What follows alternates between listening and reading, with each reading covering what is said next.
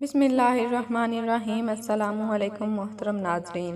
Social media پر ایک red ہیپر یعنی لال بچھڑے کی قربانی کے بارے میں بحث چل رہی ہے۔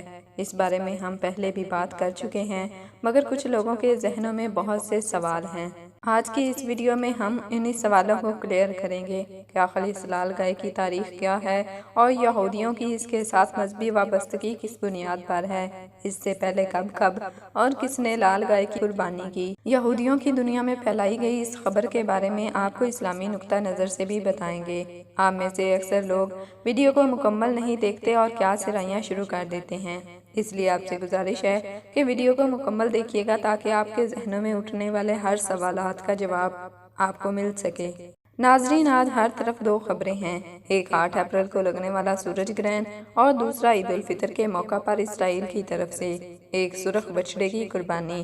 یہی کہا جا رہا ہے کہ اس قربانی کے ذریعے دجالی مسیح کو بلائیں گے اور مسجد اقصی کو تباہ کریں گے۔ اس ضمن میں وہ ایک تاریخی کمپلیٹ سولر ایکلپس یعنی سورج گرہن کا حوالہ بھی دے رہے ہیں، جو کہ ایک بہت عرصے کی بات ہو رہا ہے۔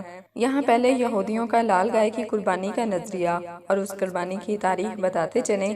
لال بچھڑے کی قربانی یہودی روایات میں عام رسم ہے۔ یہودی شریعت کے مطابق موسیٰ علیہ السلام کے دور میں صرف 9 لاکھ بچھڑے کی قربانی دی گئی۔ لال بچھڑے کی قربانی کو ایک پاک سازی رسم میں استعمال کیا جاتا ہے تاکہ مردے کے جسم سے ازواجی نجاست کو دور کیا جا سکے۔ لال بچھڑوں کے متعلق بتاتے چلیں جن کی قربانی کا یہودی حوالہ دیتے ہیں۔ نمبر 1، موسیٰ علیہ السلام نے پہلے لال بچھڑے کی قربانی کی۔ نمبر 2، عزیز علیہ السلام نے دوسرے لال بچھڑے کی قربانی دی۔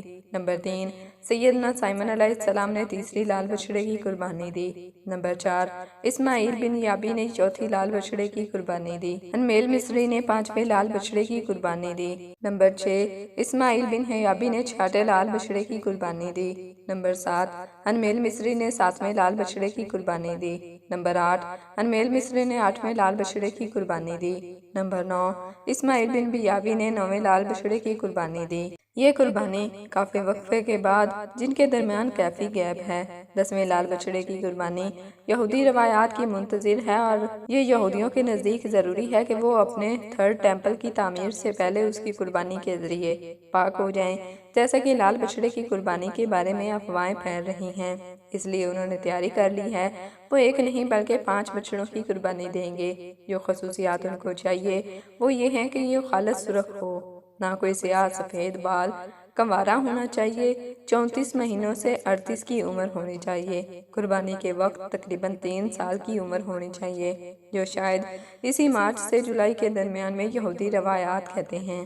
ایک بالکل سرخ گائے کی رات اس پاکیزگی کے لیے درکار ہے جس سے مسجد اقصی کے مقام پر تیسرا ہیکل سلیمانی یہودی عبادت گاہ تعمیر کرنے کی شرط پوری ہو جائے گی۔ اس کے بعد خیر و شر کا آخری معرکہ ہوگا اور دنیا کا خاتمہ ہو جائے گا۔ ہیکل سلیمانی کی تعمیر کے لیے ماڈل بھی تیار ہو چکا ہے، جو ماہرین آثار قدیمہ کی مدد سے تیار کیا گیا۔ انسانی اور مالی وسائل بھی میسر ہیں، تاہم اس کی تعمیر میں 2 مشکلات موجود ہیں جس کی وجہ سے اب تک ممکن نہ ہو سکا۔ پہلے یہ کہ ہیکل سلیمانی کی تعمیر کے لیے صہیونیوں کو گناہوں سے پاک کرنے والی قربانی کی شرط ہے، جس کے لیے قدیم یہودی روایات کے مطابق قربانی کے ایک ایسی سرخ بچھیا درکار ہے جس کا ایک بال بھی کسی اور رنگ کا حتیٰ کہ بھورا بھی نہ ہو۔ دوسرے دن ہیکل سلیمانی کی تعمیر کا مقام صہیونیوں کے مطابق ہیکل سلیمانی کو جس مقام پر تعمیر کیا جانا ہے وہ عین وہی مقام ہے جہاں پر اس وقت مسجد اقصی موجود ہے۔ ہیکل سلیمانی کی تعمیر کا صاف اور سیدھا سا مطلب مسجد اقصی کی شہادت ہے۔ اگر مسجد اقصی محض مسلمانوں کا مقدس مقام ہوتا تو ہیکل سلیمانی کی تعمیر ہوتی، یہ نہ ہوتی، لیکن صہیونی اب تک اسے شہید کر چکے ہوتے۔ مسلمانوں کے ساتھ ساتھ عیسائیوں کا بھی مقدس ترین مقام ہے۔ یہی وجہ ہے کہ صہیونیوں کو اس کی شہادت کے لیے باقاعدہ ماحول بنانا پڑ رہا ہے۔ گزشتہ برس ہیکل سلیمانی کی تعمیر کے لیے قائم کردہ خصوصی ادارے ٹیمپل انسٹی ٹیوٹ کی جانب سے اعلان کیا گیا کہ مکمل طور پر سرخ بچھڑے کی پیدائش اسرائیل میں ہوئی ہے، جس کے ساتھ ہی دنیا کے اختتام کا باب شروع ہو گیا اور کائنات اپنی زندگی کے آخری مرحلے میں داخل ہو چکی ہے۔ ادارے کا کہنا ہے کہ اب یروشلم اور تیسرے معبد کی تعمیر ہوگی جس کے سامنے اس بچڑے کی قربانی پیش کی جائے گی اور پھر مسیحی دجال کا ظہور ہوگا۔ انسٹیٹیوٹ نے اسرائیل میں پیدا ہونے والے صرف بچڑے کا اعلان اپنے یوٹیوب چینل پر بھی کیا ہے۔ انسٹیٹیوٹ کی جانب سے ایک ویڈیو اپلوڈ کی گئی جس میں سرخ رنگ کی بچیا اور اسے جنم دینے والی گائے کو دیکھا جا سکتا ہے۔ ویڈیو میں ناظرین کو بتایا گیا کہ یہی وہ بچیا ہے جس کا انتظار یہودی مذہب کے پادری صدیوں سے کر رہے تھے۔ اب چونکہ تعمیر اور اس بچیے کی قربانی کی تیاری کی جائے تاکہ مقدس کتاب میں بیان کیے گئے احکامات کی کما حقہ تعمیر ہو جائے، اور انسٹیٹیوٹ کے ماہرین ربیوں کے ہمراہ روز اس بچڑے کا معائنہ کرتے ہیں۔ اگر صورتحال مطلوب اشتراک کے مطابق رہی اور یہ بچیا کسی حادثے یا اتباعی موت کا شکار نہ ہوئی تو اس کی قربانی ایک مخصوص عمر میں موجود ہیکل سلیمانی کے دروازے کے باہر کی جائے گی، جو کہ ممکنہ طور پر رواں برس اپریل میں ہو سکتی ہے۔ قربانی کے بعد بچیے کے گوشت کے ٹکڑوں کو، کھال کو، خون اور چربی، گوبر سب کو خوشبودار لکڑیوں میں جلایا جائے گا اور اس کی راکھ کو مطلوبہ شرائط رکھنے والے پانی میں ملا کر منتخب کاہنوں پر چھڑکا جائے گا تاکہ وہ ہیکل اہل سلیمانی کے تمام علاقوں میں جا سکیں اور ہیکل سلیمانی کی تعمیر شروع کی جا سکے۔ اسرائیل میں اس ہیکل کی تعمیر کی تیاری بڑے عرصے سے جاری ہے، حتیٰ کہ طبیب کے ایک مضافاتی علاقے میں گلوکاروں کا ایک گروپ اس لمحے کی تیاری کر رہا ہے جب وہ یہودی ہیکل کی تباہی کے تقریباً 2000 سال بعد دوبارہ اس کی تعمیر پر خوشی منائیں گے۔ دراصل اس روایت کے پیچھے ناپاک سہم الہی سازش کا منصوبہ چھپا ہے، جو مسلمانوں کے قبلہ اول مسجد اقصیٰ کی جگہ یہودی عبادت گاہ تعمیر کرنے سے متعلق انتہا پسند یہودی گروپوں کا کہنا ہے کہ یہ ہے کل مقبوضہ بیت المقدس میں بلند سطح مرتبہ پر تعمیر کیا جانا چاہیے، جہاں مسجد اقصیٰ اور گنبد سا حرام موجود ہے۔ کچھ کا خیال ہے کہ اس مقام پر تیسرے یہودی معبد کی تعمیر مسیح کی آمد کا اعلان ہوگا۔ 6 روز قبل فلسطینی شہر نافروش کے قریب غیر قانونی اسرائیلی بستی شہروں کے مضافات میں چند درجن اسرائیلی ایک کانفرنس میں جمع ہوئے تاکہ سرخ گائے کے مذہبی اہمیت پر تبادلہ خیال کیا جا سکے اور ان کی ایک جھلک بھی دیکھی۔ ہاں، موجودہ ایک 38 سالہ اسرائیلی آباد کا چین نے معروف news website Middle East Eye سے بات کرتے ہوئے کہا کہ یہودی تاریخ کے لیے ایک نیا نامہ ہے۔ وہ مسجد اقصیٰ کی جگہ تیسرے ہیکل کی تعمیر سے متعلق اپنے درینہ خواب کو عملی جامہ پہنچانے کے لیے تیار ہیں۔ تیسری یہودی عبادت گاہ کی تعمیر کے لیے قائم کردہ تھرڈ ٹیمپل کمیونٹی کے ارکان ٹیمپل انسٹیٹیوٹ کی قیادت میں، جس نے اس کانفرنس کا انعقاد کیا، برسوں ایک سرخ گائے کو تلاش کر رہے ہیں جو ان کے بقول تورات میں بیان کردہ خصوصیات کی حامل ہوگی۔ ایک ایسی سرخ مائل بھوری گائے جس پر کسی اور رنگ کا ایک دھبا بھی نہ ہو، حتیٰ کہ اس کا ایک بال تک بھی سفید یا سیاہ نہیں ہونا چاہیے، جسے نہ کبھی ہل جوتا گیا ہو اور نہ کوئی اور کام لیا گیا ہو۔ اس کانفرنس میں موجود سرخ گائے کی پمفلٹ کی مترجم 31 سالہ یہودا نے کیا۔ یہ گائے امریکی ریاست ٹیکساس سے لائی گئی ہے اور ان کی پاکیزگی کو برقرار رکھنے کے لیے انہیں خاص حالات میں پالا گیا۔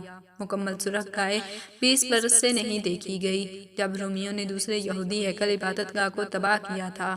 تاہم 70 عیسوی میں کامل سرخ گائے کی جھلک نظر آئی، چنانچہ کچھ یہودی کارکنوں اور امریکی عیسائیوں نے سرخ گائے کی افزائش نسل کا فیصلہ کیا، جس کا اعتقاد ہے کہ تیسرے یہودی ہیکل کی تعمیر مسیح آمد اومیگاڈول نے کی اور بدی کی آخری عالمی جنگ کا سبب بنے گی۔ 2022 میں 5 کی عمر سرخ ہے اور دھوم دھام کے ساتھ ایک ساز کے کھیت سے بنے اسرائیل پہنچی۔ اب یہ گائے آثار قدیمہ کی ایک پارک میں رکھی گئی ہے۔ کچھ یہودی اور مسیحیوں کا خیال ہے کہ یہ سرخ گائے یہودی ہیکل کی دوبارہ تعمیر اور مسیح کی آمد کے لیے بہت اہم ہے۔ یہ بات سمجھنے کے لیے مشرق وسطیٰ کے ہنگامہ کے اس تاریخ میں تقریباً 2000 سال قبل کے واقعات اور حالات کو دیکھنا ہوگا، جب قدیم رومیوں نے آخری مقبوضہ بیت المقدس میں ہیکل کو تباہ کیا تھا۔ اس ہیکل کی دوبارہ تعمیر کے لیے عقیدت مند لوگ بائبل کی کتب عادات بک آف نمبرز کی طرف اشارہ کرتے ہیں، جس میں بنی اسرائیل کو حکم دیا گیا کہ ایک ایسے سرخ بچڑے کی قربانی پیش کی جائے جو بے عیب ہو اور اس میں کوئی داغ نہ ہو اور جسے کبھی ہل میں نہ جوتا گیا ہو۔ صرف ایسی قربانی کے بعد کل دوبارہ تعمیر ہوگا۔ سرخ بچیا ڈھونڈنے میں برسوں لگ گئے اور اس مقصد کے لیے انہوں نے ہزاروں میل دور امریکی ریاست ٹیکساس میں مسیحی گوالوں سے رابطہ کیا، جہاں طبیب تلاش کے بعد انہیں اپنی مطلوبہ اور پرغیب گائے مل گئی، جنہیں ٹیکساس بچے کی امریکہ سے برآمد پر سخت ممانعت کے سخت قوانین کو نرم کرنے کے لیے بچڑوں کو بطور پالتو جانور درجہ بندی کی گئی۔ اب ان گایوں کو مقبوض اور بیت المقدس پہنچا دیا گیا ہے۔ جہاں ایک وسیع و عریض سفید رنگ کی قربان گاہ پر لے جا کر ان کی قربانی پیش کی جائے گی۔ یہ قربان گاہ زیتون کے پہاڑوں کے سامنے ہے، جہاں جلد ہی ان گائیوں کو جلایا جائے گا۔ ناظرین، یہودی اپنے اوپر قربانی کا حوالہ کچھ اس طرح پیش کرتے ہیں کہ تورات کی ایک روایت میں لکھا ہے کہ خدا نے موسیٰ اور ہارون سے کہا تھا کہ شریعت کے جس آئین کا حکم خداوندی نے دیا ہے وہ یہ ہے کہ تو بنی اسرائیل سے کہے کہ وہ تیرے پاس ایک بے داغ اور بے عیب سرخ رنگ کی بچڑیا لائیں جس پر کبھی جوا زرات نہ رکھا گیا ہو، اور تم اسے لے کر کہن کو دینا کہ وہ اسے لشکرگاہ کے باہر لے جائے گا اور کوئی ایسی کے سامنے ذبح کر دے گا۔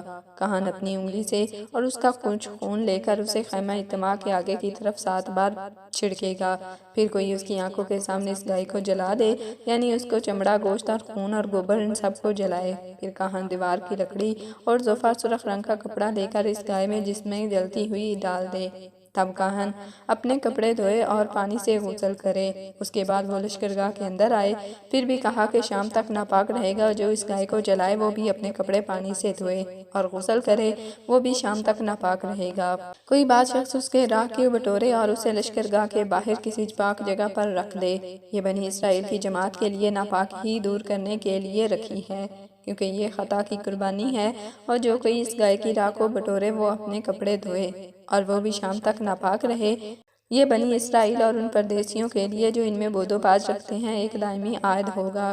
گنتی باب آیت سے 18 توریت کی یہ روایت یہودی قوم کو گائے کے ذبح سے متعلق دیا گیا۔ شرعی احکامات پر مبنی قربانی کا حکم انہیں ایک خاص موقع پر دیا گیا جب ان میں قتل و غارت گری حد سے تجاوز کر گئی تھی۔ عام انسان کا قتل ان کے نزدیک معمولی سی بات تھی، جب وہ انبیاء کرام کے قتل سے بھی نہیں چھپتے تھے۔ اکثر بنی اسرائیل بھی انہی میں بھیجے گئے برگزیدہ پیغمبر اسی قوم و یہود کے ہاتھوں قتل ہوئے۔ یہ کوئی اس قوم پر سادہ سے الزام نہیں ہے، بلکہ اسے تو ہماری کتاب مقدس یعنی قرآن حکیم میں اکثر مقامات پر بیان کیا گیا ہے۔ ارشاد باری تعالیٰ ہے، جس کا ترجمہ ہے ان پر ذلت اور مسکینی ڈال دی گئی، اللہ کا عذاب لے کر وہ لوٹے، یہ اس لیے کہ وہ اللہ کی آیتوں کے ساتھ کفر کرتے تھے اور نبیوں کو ناحق قتل کرتے تھے۔ یہ ان کی نافرمانیوں اور زیادتیوں کا نتیجہ ہے۔ سورہ بقرہ آیت نمبر 61۔ ذلت و مسکرات ان پر ڈالنے کی وجہ خود اللہ تعالیٰ نے اس آیت مبارکہ میں بیان کی ہے کہ اس کی آیتوں کا انکار کرتے تھے اور اللہ کی طرف بلانے والے انبیاء کی تذلیل اور اہانت کرتے تھے، اور آخر میں انہیں قتل کر ڈالتے۔ پچھلے دور میں یہودی ان جرائم کا ارتکاب کر کے دنیا میں مقبوض مقبول ہوئے، جبکہ عذاب آخرت بھی باقی ہیں، کیا نام آخرت بھی ابھی باقی ہیں۔ آیت الہی اور گزرے ہوئے انبیاء کی تکذیب کر کے یہ لوگ کیسے سرخرو ہو سکتے ہیں؟ اقوام عالم میں اگر اس کا آج بھی تجزیہ کیا جائے تو یہی دنیا کے سب سے نافرمان قوم ہے۔ انہیں اللہ نے اور اس کے رسولوں نے جس کام سے بھی روکا، اس کام کو انہوں نے ضرور سر انجام دیا۔ مثلاً ہفتے کے دن مچھلی کا شکار، گوشالہ پرستی جسے مذہبی امور کی نفی، اور اگر بالفرض انہوں نے مذہبی احکام کی پاسداری کرنی بھی چاہی تو اس میں کمی بیشی کر کے حد سے تجاوز کر جاتے تھے۔ یہ شریعت کو مس کرنے کا باعث بنے، جو ان کی تباہی کا سبب بنا۔ تو ریت میں لکھی گئی روایات کا ذکر قرآن حکیم میں بھی موجود ہے، جس کا ترجمہ ہے، اور موسیٰ نے جب اپنی قوم سے کہا کہ اللہ تعالیٰ تمہیں گائے ذبح کرنے کا حکم دیتا ہے تو انہوں نے کہا کہ ہم سے مذاق کیوں کرتے ہو؟ آپ نے جواب دیا، ایسا مذاق ہونے سے میں اللہ کی پناہ مانگتا ہوں۔ انہوں نے کہا کہ اے موسیٰ دعا کیجئے کہ اللہ تعالیٰ ہمارے لیے اس کی ماہیت بیان کر دے۔ آپ نے فرمایا، سنو، وہ گائے نہ بوڑھا ہو نہ بالکل بچہ، بلکہ درمیانی عمر کی نوجوان بچیا ہو، اور اب یہ تمہیں حکم دیا گیا ہے کہ بچیا لاؤ۔ وہ پھر کہنے لگے کہ دعا کیجئے اللہ تعالیٰ بیان کرے کہ اس کا رنگ کیا ہے۔ فرمایا، وہ کہتا ہے کہ وہ گائے زرد رنگ کی ہو، چمکیلا اور دیکھنے والوں کو بھلا لگنے والا اس کا رنگ ہو۔ وہ کہنے لگا کہ اپنے رب سے دعا کیجئے کہ وہ ہمیں اس کی مزید معیت بتا دے۔ اس قسم کی بہت ہیں، پتہ نہیں چلتا، اگر اللہ نے چاہا تو ہم ضرور ہدایت والے بن جائیں گے۔ آپ نے فرمایا کہ اللہ کا فرمان ہے کہ وہ گائے کام کرنے والی زمین میں ہل جوتنے والی اور کھیتوں کو آگ پاشی کرنے والی نہ ہو، وہ تندرست اور بے داغ ہو۔ انہوں نے کہا، اب آپ نے حق واضح کر دیا۔ وہ حکم برداری کے قریب نہ تھے، لیکن اسے مانا، اور گئے جب تم نے ایک شخص کو قتل کر ڈالا، پھر اس میں اختلاف کرنے لگے اور تمہاری پوشیدگی کو اللہ تعالیٰ ظاہر کرنے والا تھا۔ ہم نے کہا اس گائے کا ایک ٹکڑا مقتول کے جسم سے لگا کر 2 مس کر دو تو وہ جی اٹھے گا۔ اس طرح اللہ مردوں کو زندہ کر کے تمہیں اور تمہاری عقل مندی کے لیے اپنی نشانیاں دکھاتا ہے۔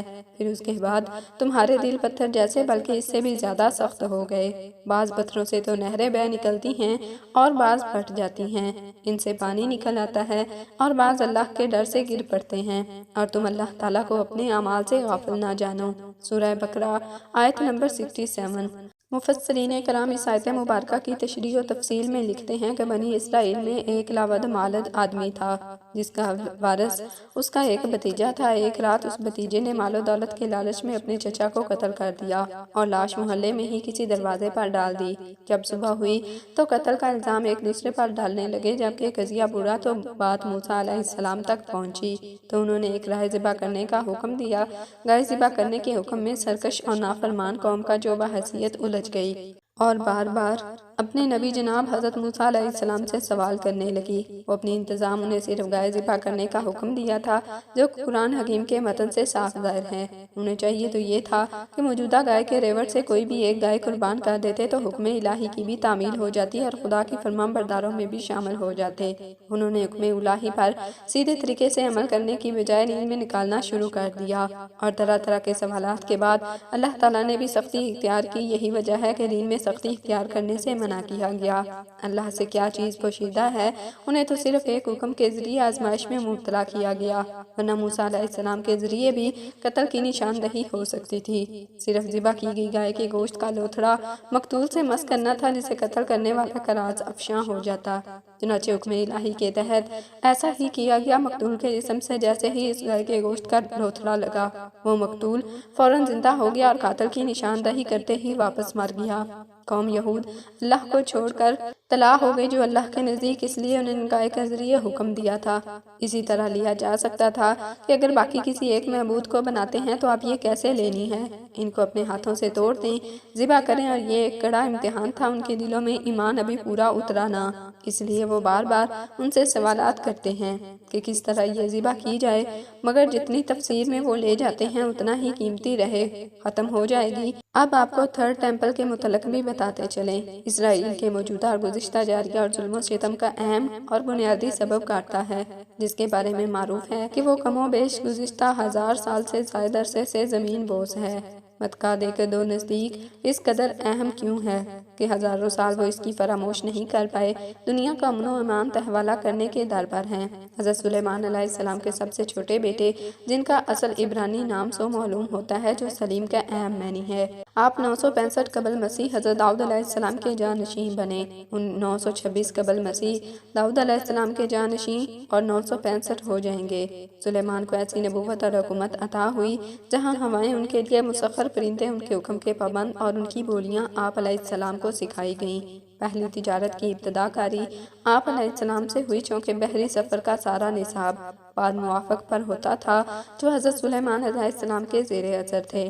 ان کے پہلے بیڑوں کو جس سمت کی ہوا چاہیے ہوتی ویسی میسر آ جاتی، اسی طرح شیاطین اور جنات بھی حضرت سلیمان علیہ السلام کے لیے مسخر ہوئے جو ان کے لیے مختلف خدمات سر انجام دیتے ہیں۔ ایک روایت کے مطابق تابوت سکینہ حضرت آدم علیہ السلام کا بابرکت صندوق ہے جو آپ علیہ السلام کے بعد نسل در نسل چلتا ہوا حضرت یعقوب علیہ السلام تک پہنچا اور اسرائیل کے انبیاء علیہ السلام میں منتقل ہوتا رہا۔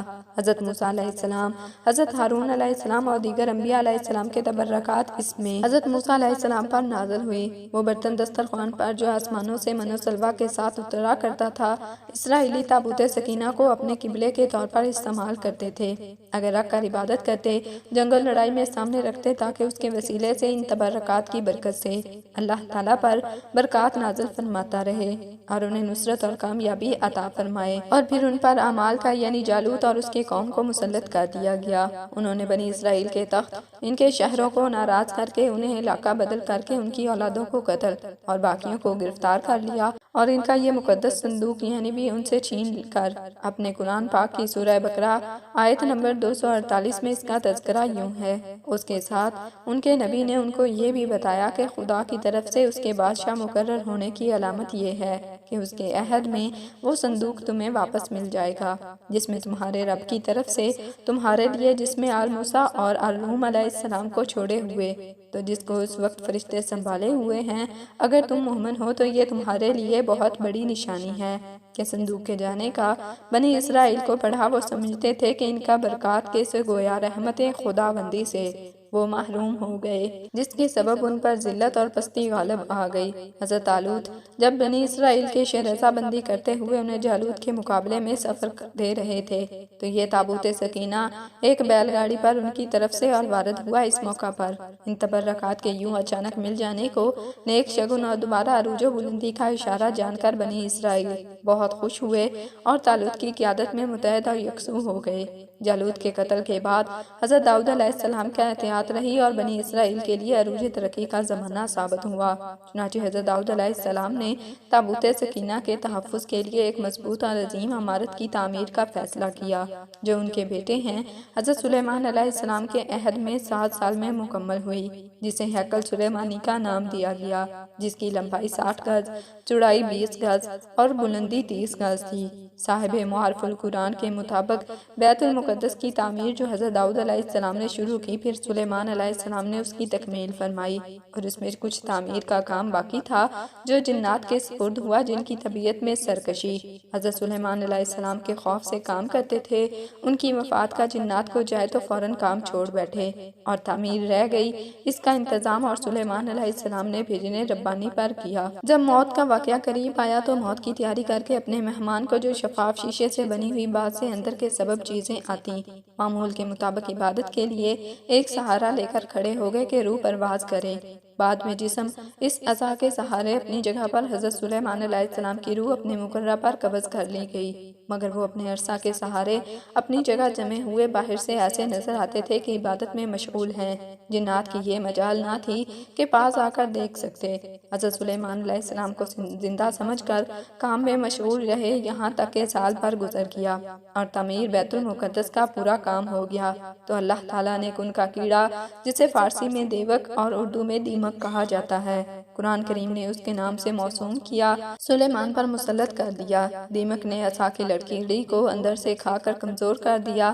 عصا کا سہارا ختم ہوا تو حضرت سلیمان علیہ السلام کا وجود فرش زمین پر تشریف فرما ہو گیا۔ اس وقت جنات کو ان کے موت کی خبر بھی صاحب تفسیر القرطبی بیان کرتے ہیں کہ حضرت داؤد علیہ السلام نے نبوت اور بادشاہت ملنے کے بعد اللہ تعالیٰ کی عبادت کے لیے ایک عظیم و شان عبادت گاہ مسجد تعمیر کروانا شروع کر دی۔ اس تعمیر کو ہیکل سلیمانی کہا جاتا ہے جس نے حضرت سلیمان علیہ السلام نے اپنے والد کی وصیت کے مطابق نہایت اہتمام اور شان سے مکمل کروایا، یہاں تک کہ ان کی تعمیر میں اتقان ہوا۔ استحکام کے لیے جنات سے بھی مدد کی، چونکہ سلیمان علیہ السلام نے اس مسجد بیت المقدس کی تکمیل کی اور نمایاں عظیم الشان اس لیے اسے ہیکل سلیمانی کہا جاتا ہے۔ معلوم ہوا کہ ایک ہیکل سلیمانی سے مراد وہی مسجد بیت المقدس ہے جس کی تعمیر کا ذکر قرآن مجید میں بھی کیا گیا اور جو آج تک موجود ہے، جہاں سے رسول اللہ صلی اللہ علیہ وسلم کو معراج کے موقع پر آسمانوں کے سفر کے لیے لے جائیں گے۔ اس کے علاوہ مزید کوئی خاص وجہ کی تعمیر مراد نہیں۔ 586 قبل مسیح کو ان پر عراقی بادشاہ بخت نصیر مسلط ہوا تو اس نے ہیکل سلیمانی کو اٹھا کر زمین سے ملا دیا۔ چند صدیوں بعد دوبارہ ہیکل سلیمانی قائم کیا گیا، مگر یہود کی شامت اعمال سے ان پر رومی تتوس ٹائٹلس حملہ اور اس نے ہیکل سلیمانی سمیت سارا شہر برباد کر دیا اور یہودیوں کو جلا وطن کا لگا دیا۔ اسماعیل نے وہ جگہ ایک عظیم الشان مسجد اقصیٰ ہے۔ وہ بیت المقدس فروری 624 عیسوی تک مسلمانوں کا قبلہ رہا۔ نبوت کے 10ویں سال شب معراج کو آپ صلی اللہ علیہ وسلم مسجد حرام سے مسجد اقصیٰ بیت المقدس تشریف لائے، انبیاء کرام کی امامت فرمائی، وہاں رضا آپ صلی اللہ علیہ وسلم کو دوران نماز وحی کی گئی کہ مسجد اقصیٰ سے مسجد حرام رخ کر لیا جائے۔ آپ صلی اللہ علیہ وسلم نے دوران نماز قبلہ اول بیت المقدس سے مسجد حرام یعنی کعبے کی جانب رخ کیا۔ اس طرح بیت المقدس 13 سال مسلمانوں کا قبلہ۔ یہ شہر حضرت عمر رضی اللہ تعالیٰ عنہ کے دور میں فتح ہوا۔ 800 سال قبل زندہ جاوید شخصیت سلطان صلاح الدین ایوبی نے مسجد اقصیٰ میں توسیع کی، اسے سینکڑوں سال مسلمانوں کے قبضے میں رہا۔ اب ایک بار پھر یہودی بیت المقدس کو بطور بازو ہیکل بنانا چاہتے ہیں۔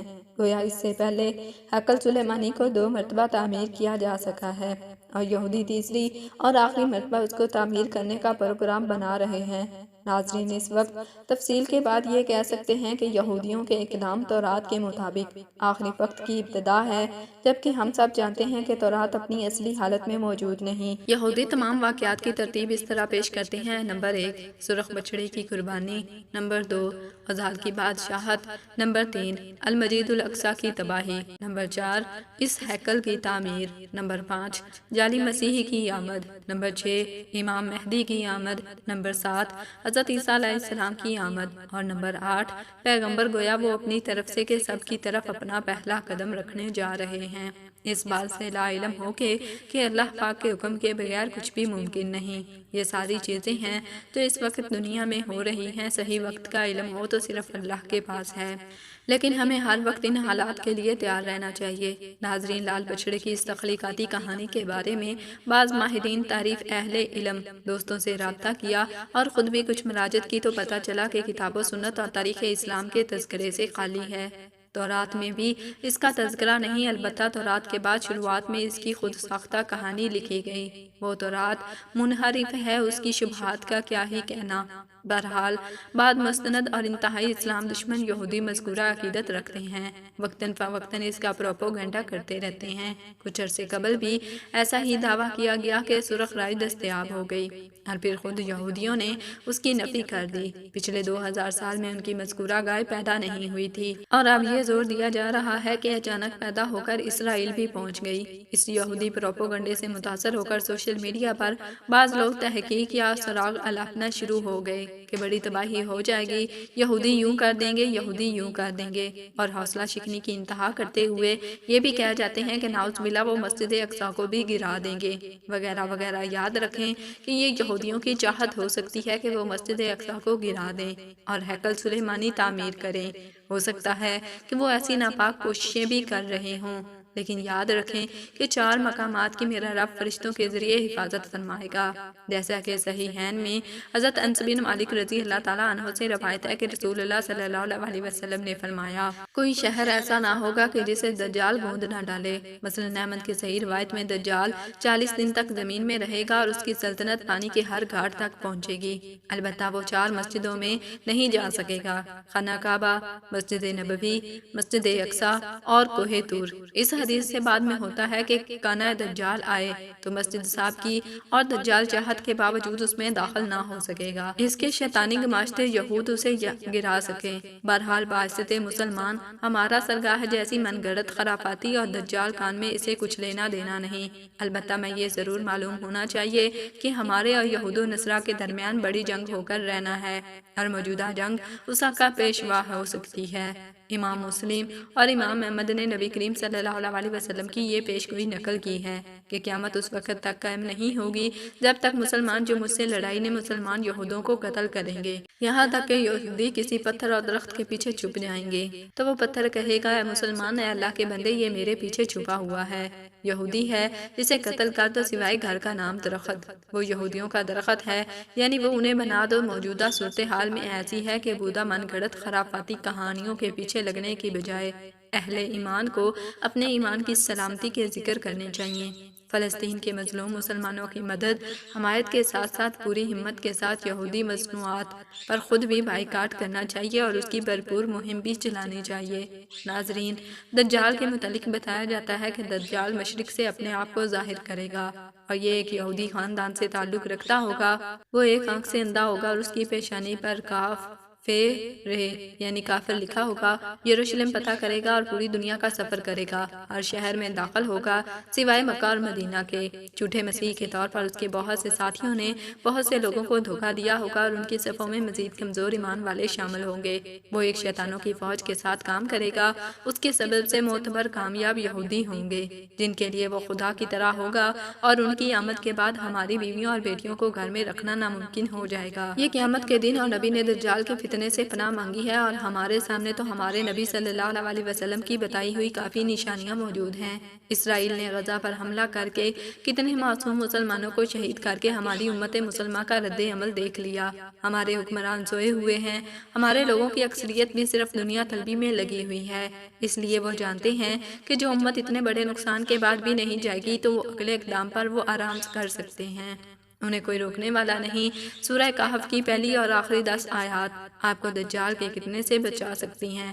آپ کو یاد کرنے کی کوشش کریں، ہر روز پڑھنے کی کوشش کریں، خصوصاً جمعہ کے دن تلاوت کریں، اور جمعہ کے ساتھ یہ وضاحت نہیں ہے، اس بارے میں آگاہی پر ہے، ہماری امت پر سب سے بڑا سخت اور مشکل فتنہ ہے، اور بہت سے لوگ اس کے بارے میں اپنا ایمان بڑھائیں، کیونکہ دجال ہمارے ایمان کے ساتھ کھیلے گا۔ اللہ ہمارے ایمان کو مضبوط اور محفوظ رکھے، ہمیں دجال کے فتنے سے محفوظ فرمائے۔ ناظرین، یہ تھی ہماری آج کی ویڈیو، امید کرتے ہیں کہ ہماری آج کی ویڈیو آپ کو پسند آئی ہوگی۔ ناظرین، ہماری ویڈیو پسند آئی تو ویڈیو کو لائک کر دیں اور چینل کو سبسکرائب کر دیں، گھنٹی کے بٹن کو ضرور دبائیں تاکہ ہماری آنے والی معلوماتی ویڈیو کا نوٹیفیکیشن بر وقت آپ کو مل سکے، اور کمنٹ سیکشن میں اللہ تعالیٰ کے 99 ناموں میں سے ایک نام ضرور ٹائپ کریں۔